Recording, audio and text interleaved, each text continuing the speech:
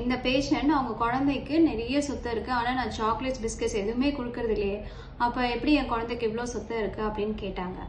Chocolate biscuit சாப்பிடனாலும் அவங்க என்ன ஸ்நாக்ஸா கொடுக்குறீங்கன்னு கேட்டா chips, fries like French fries, இதுதான் சால்ட்டி ஐட்டம்ஸ் தான் சாப்பிட்றாங்க.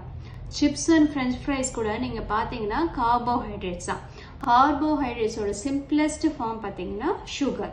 ஸோ சிப்ஸ் சாப்பிட்டாலும் சரி, ஃப்ரெஞ்ச் ஃப்ரைஸ் சாப்பிட்டாலும் சரி, நம்ம சின்ன சின்ன துகள்கள் வந்து நம்ம பல்லில் ஒட்டிக்கும். அப்போ அது சிம்பிளஸ்ட் ஃபார்ம் நான் சொன்னல சுகர். இதோடைய துகள்கள் நம்ம பல்லில் ஒட்டும் போது பாக்டீரியா அது மேலே போய் அதை சாப்பிட ஆரம்பிக்கும். ஸோ அந்த பாக்டீரியா நம்ம சின்ன சின்ன சுகர் பார்ட்டிகல்ஸை சாப்பிடும் போது என்ன ஆகும், ஆசிட் ப்ரொடியூஸ் ஆகும். இந்த ஆசிட் தான் எனாமலை சாஃபன் பண்ணி பல் சொத்தையா மாறுது. நிறைய சால்ட்டியா சாப்பிடும் போது சலைவா செக்ரேஷனையும் கம்மி பண்ணுது. சலைவா செக்ரேஷன் கம்மி ஆகுறதுனால என்ன ஆகுது, அந்த சாப்பாடு துகள்கள் அங்கங்க மாட்டி இருக்கிறத ஃப்ளஷ் அவுட் பண்ண முடியல. பாக்டீரியல் அட்டாக் பண்ணி ஆசிட் ஃபார்ம் ஆகுதுல, அதையும் இந்த சலைவா தான் நியூட்ரலைஸ் பண்ணணும். சலைவா செக்ரேஷன் கம்மி ஆகிறதுனால ஆசிடையும் நியூட்ரலைஸ் பண்ண முடியாது, அங்க சாப்பாடு துகள்கள் மாட்டி இருக்கிறத ஃப்ளஷ் அவுட்டும் பண்ண முடியல. ஸோ இதனால என்ன ஆகும், நம்ம என்னதான் சாக்லேட் பிஸ்கெட் சாப்பிடலனாலும் நமக்கு நிறைய சுத்தப்பல் வரும்.